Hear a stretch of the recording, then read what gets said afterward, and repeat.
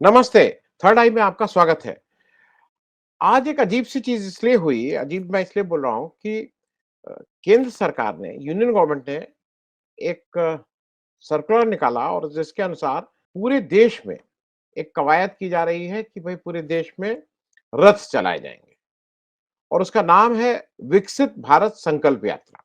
विकसित भारत संकल्प यात्रा अ, का एक आयोजन हो रहा है, जो सरकार के तौर पे हो रहा है, वो कोई पार्टी विशेष का नहीं है।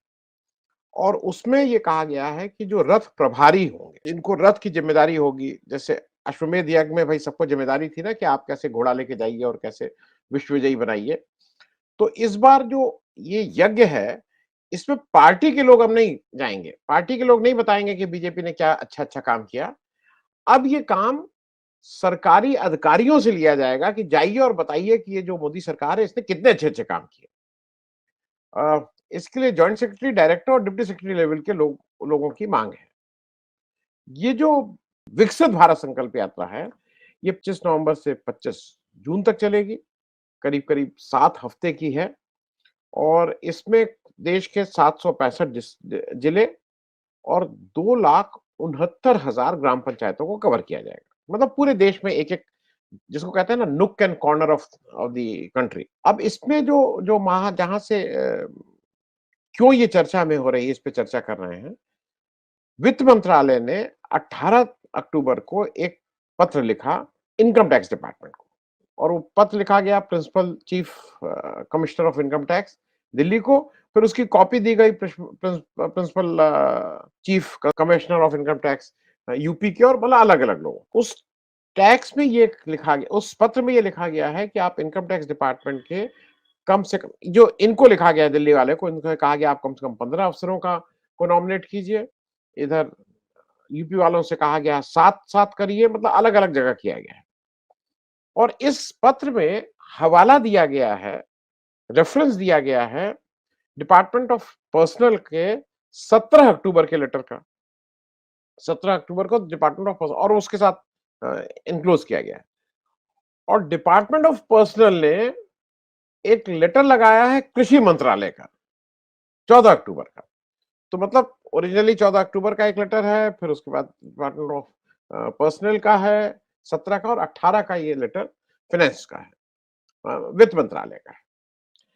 अब इसमें कहा ये गया है जो इसको इसका स्कोप ऑफ वर्क ये बताया गया है कि वो पूरे देश में घूम-घूम के उत्सव है, सेलिब्रेशन है और शोकेसिंग ऑफ जो भारत सरकार का पिछले 9 वर्षों का अचीवमेंट है, जो उनकी योजनाओं की सफलता है, उसका उत्सव मनाना है और उसको शोकेस करना है, लोगों को बताना है। अब इसका कुछ चीज़ें मैं आपको बता दूँ, ये जो मोदी सरकार की एक आदत ये है कि सारे काम बिल्कुल नी जर्क रिएक्शन के साथ करती है। 18 का लेटर है और उस पत्र में कहा गया है कि आज ही के दिन 18 ही तारीख को आप अपने अफसरों को नॉमिनेट कर दीजिए। नॉर्मली भाई ये होता है कि आप कोई चिट्ठी भी गई 2 दिन के अंदर वो नहीं, आज अब ये 18 को कब लिखा गया है, कब पहुँचेगा, कब वो देखेंगे, ये सब छोड़ दीजिए, लेकिन उसी दिन इसको अ, इस पे कार्रवाई होनी है। हो सकता है पहले से हो गया हो, ये तो कागज़ जिसको कहते हैं ना, उसको कागज़ का पेट भरने के लिए ये सब पत्र लिखे जा रहे हैं। इसके हवाले से कांग्रेस पार्टी के अध्यक्ष खड़गे जी ने प्राइम मिनिस्टर मोदी जी को एक पत्र लिखा है। उस पत्र में उन्होंने कहा कि भई आप ये क्या कर रहे हैं? सरकार की सारी एजेंसीज़ हैं, जितने इंस्टीट्यूशंस हैं अ, जितने इस तरह के विभाग हैं, वो सब अब ऑफ़िशियली प्रचारक बन गए हैं। उनको प्रचार करने का काम दे दिया गया और वो आपके प्रचारक बन गए हैं। वो सरकारी काम की जगह अब वो लगता है पार्टी के प्रचारक हैं। खड़गे जी ने ये भी कहा कि लोकतंत्र की रक्षा और संविधान की रक्षा के लिए ये आवश्यक है कि ऐसे सरकारी आदेश जिनसे कार्यपालिका का राजनीतिकरण हो, उसको तुरंत आप विथड्रॉ करिए, तुरंत उसको वापस लीजिए। क्योंकि उन खड़गे जी का ये मानना है और हम सब लोगों का ये मानना है कि इस तरह से अगर आप ब्यूरोक्रेसी को पॉलिटिकल कामों में लगाएँगे, तो वो उसका राजनीतिकरण होगा। इ मैं याद के लिए बता दूँ क्योंकि उन्होंने सिर्फ़ इसको नहीं कहा है, खड़गे जी ने कहा है कि आप इस तरह का जो काम कर रहे हैं, उसपे ना केवल सरकारी विभाग, आप रक्षा जो हमारा डिफेंस है, उसका भी राजनीतिकरण कर रहे हैं। ये क्यों कहा उसका रेफरेंस समझ लीजिए। इसी तरह का एक आदेश अभी 1-2 महीना पहले रक्षा मंत्रालय द्वारा जारी किया गया कि जो सैनिक छुट्टी में घर जाएँगे, वो छुट्टी में घर जाके सरकार की जो योजनाएँ हैं, जो सरकार की अच्छी बातें हैं, उनका प्रचार करेंगे। ऑफ़िशियली ये उनका अब काम दे दिया गया है। छुट्टी के समय भी आप ऐसे नहीं बैठ सकते हैं। आप जाइएगा और उसमें दिया गया है इतनी जगह जाइए, इतने लोगों से मिलिए, इतना वो करिए। तो अब पूरी तरह से इस तंत्र के ऊपर पार्टी का कब्जा हो रहा है। अब जो सबसे इसमें विचित्र बात ये है कि भई ये खड़गे जी थे, खड़गे जी ने एक पत्र प्राइम मिनिस्टर को लिखा। प्राइम मिनिस्टर साहब की तरफ से कोई जवाब नहीं आया। जवाब कहाँ से आया? नड्डा जी ने इसका जवाब दिया। अब नड्डा जी का कहना है कि कांग्रेस पार्टी को इसमें गलत क्या लग रहा है? भई अब आप आपको लग भई आप जब कोई टेलीप्रॉम्प्टर से अगर कोई पढ़ रहा है तो इसमें कोई गलती तो है नहीं। तो उसी तरह से इसमें आपको गलत क्या लग रहा है? और नड्डा जी ने आगे कहा कि मैं ये जानकर मुझे अचंभा हो रहा है कि इसमें कांग्रेस को क्या गलत लग रहा है। और उनका ये कहना है कि सार्वजनिक साधन जो हमारे पब्लिक रिसोर्सेज हैं, आम आदमी का जो पैसा है, उसका उसके द्वारा इस रथ का उपयोग बिल्कुल सही है। अब एक चीज़ समझ में नहीं आती है कि ये जो भी मामला था खड़गे जी का, उसको वो तो सरकार से लिखे थे, तो जवाब सरकार की तरफ से आना चाहिए था।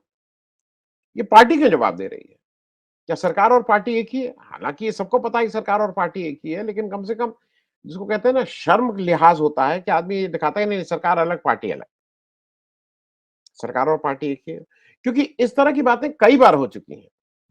अडानी जी को जब कोई भी अच्छा मैं इस पे बोल दूँ मेरे 1-2 दर्शकों को बहुत बुरा लगता है, आप अडानी जी क्यों बोलते हैं? अडानी जी मेरी आदत है, मैं जी या वो जनाब मैं आदर मतलब मैं किसी के साथ भी किसी व्यक्ति का नाम लूँगा तो जी और उसमें करना है।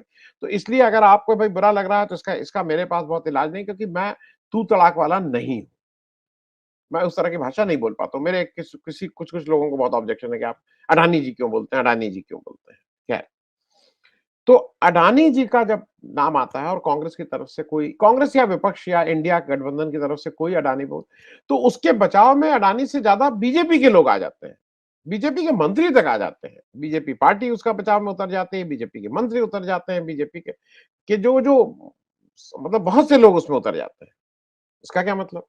उसी तरह से जब इंडिया गठबंधन ने ये डिसाइड किया कि हम उन ऐसे 14 पत्रकारों के कार्यक्रम में नहीं जाएँगे, जो नफ़रत फैलाते हैं, जिनका एक एजेंडा होता है, तो उसका सबसे ज़्यादा उन पत्रकारों को डिफेंड करने के लिए बीजेपी आ गई।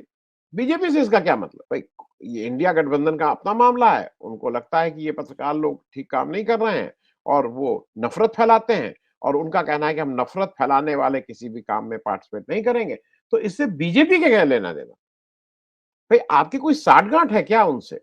अब जो जो मूल बात है कि ये कार्यपालिका या ये जो व्यवस्था है, इसका सरकारीकरण नौकरी में रहते हुए हो जा रहा है। क्योंकि अभी एक और चीज़ मैं उसको भी थोड़ा कवर 1 मिनट में कवर कर लें।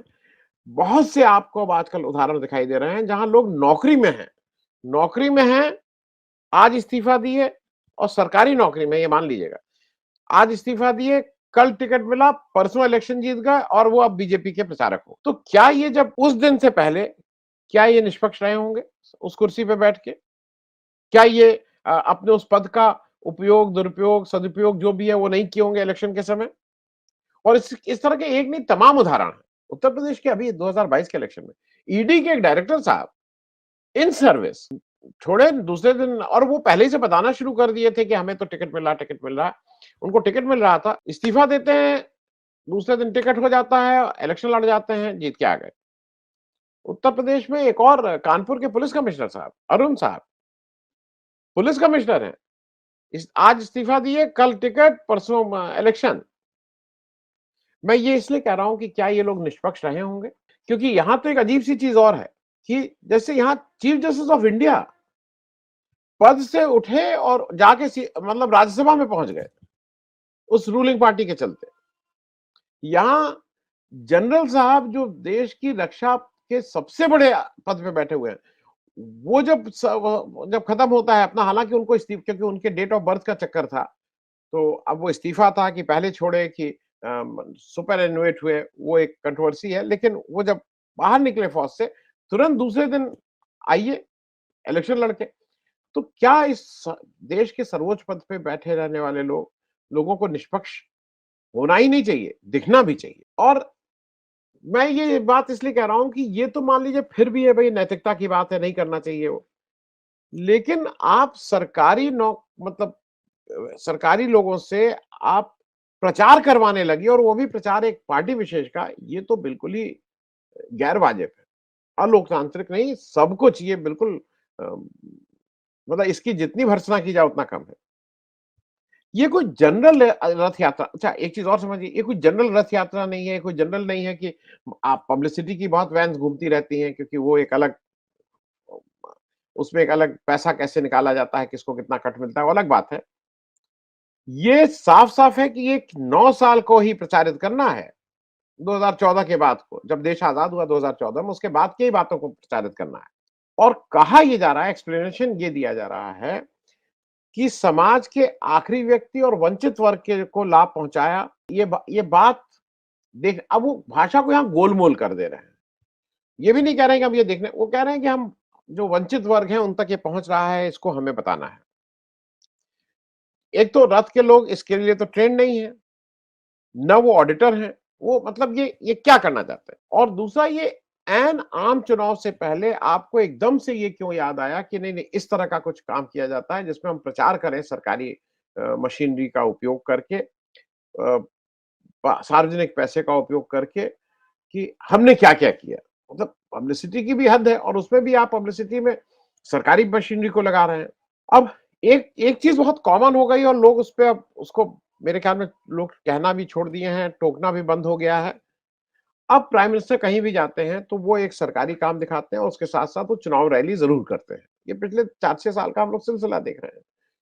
50% ऑफ द टाइम वो कहीं जाएँगे, कोई छोटा-सा उद्घाटन करेंगे या झंडी दिखाएँगे, और उसके बाद वो चुनावी सभा में आ जाएँगे। और वो चुनावी, इवन जो सरकारी कार्यक्रम है वहाँ पे भी वो चुनावी बात करते करते रहते हैं। उन्होंने एक नया और शुरू किया है, ये लाभार्थियों को इकट्ठा करना।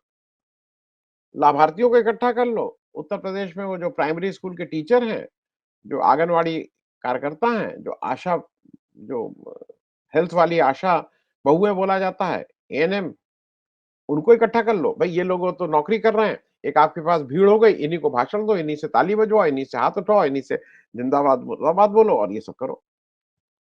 और ये सब मैं इसलिए कह रहा हूँ कि सारा कुछ दिखाया जाता है कि सरकारी है।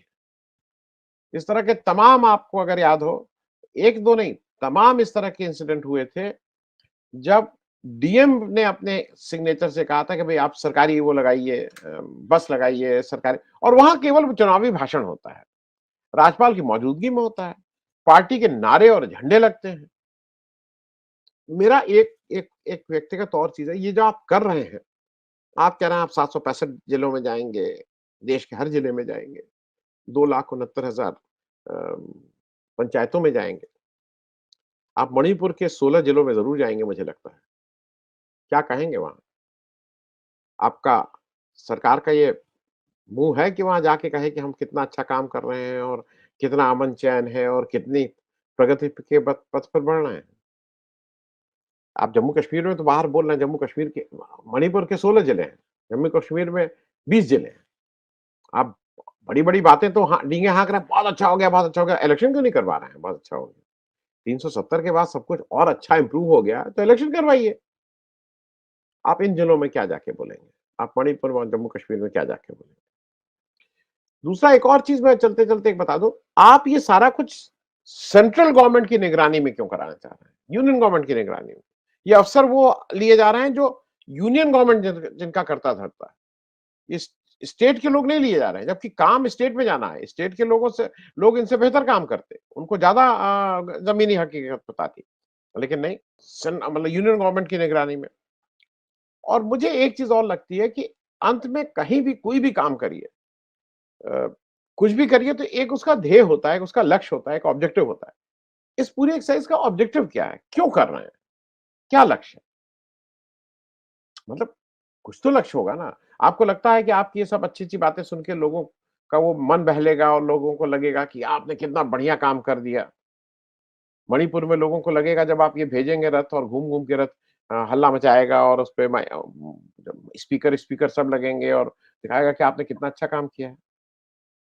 क्योंकि आप ये बार-बार इस तरह के काम करते हैं जिसका कोई अर्थ नहीं होता और भैया ये पब्लिक का पैसा है भई। आप एकदम से एक स्पेशल सेशन बुला लेते हैं।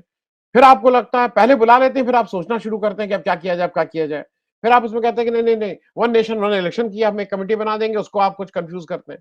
फिर आप सेशन में कहते हैं कि हम महिला आरक्षण बिल पास करेंगे, लेकिन महिला आरक्षण लगे होगा का लागू कब से कम 5 साल हो सकता है 10-15 साल बाद। आप आप क्यों करते हैं ये? क्योंकि आप कुछ अप्रत्याशित कुछ ये आप बिल्कुल बेचैन हो गए हैं कि आपको कोई वो फ़ॉर्मूला चाहिए, जिससे आपकी 2024 की नैया पार लगे। आपके इन सारे उससे, ये जो भी आप काम कर रहे हैं, ये स्पष्ट हो रहा है कि आपको समझ में नहीं आ रहा है कि 2024 में आप किन मुद्दों को लेके चुनाव में जाएँगे और आपको ज़मीन खिसकती हुई साफ-साफ दिखाई दे रही है। ये संकल्प यात्रा और ये अगर सरकार में बैठे हुए लोग ही इलेक्शन जितवा रहे होते, तो इस देश का कोई भी प्रधानमंत्री, कोई भी ये नहीं होता कि उसकी पार्टी फिर कभी हारती। जब जनता तैयार हो जाती है, तो क्या क्या सेक्रेटरी और क्या जॉइंट सेक्रेटरी और क्या डिप्टी सेक्रेटरी और क्या डायरेक्टर साहब, इनके बस से मेरे ख्याल में इफ़ेक्ट को कुछ कर सकते हैं, लोगों को तंग कर सकते हैं, वो सब कर सकते हैं, लेकिन अंत में तो जीत लोकमत की ही होगी। धन्यवाद, थैंक यू।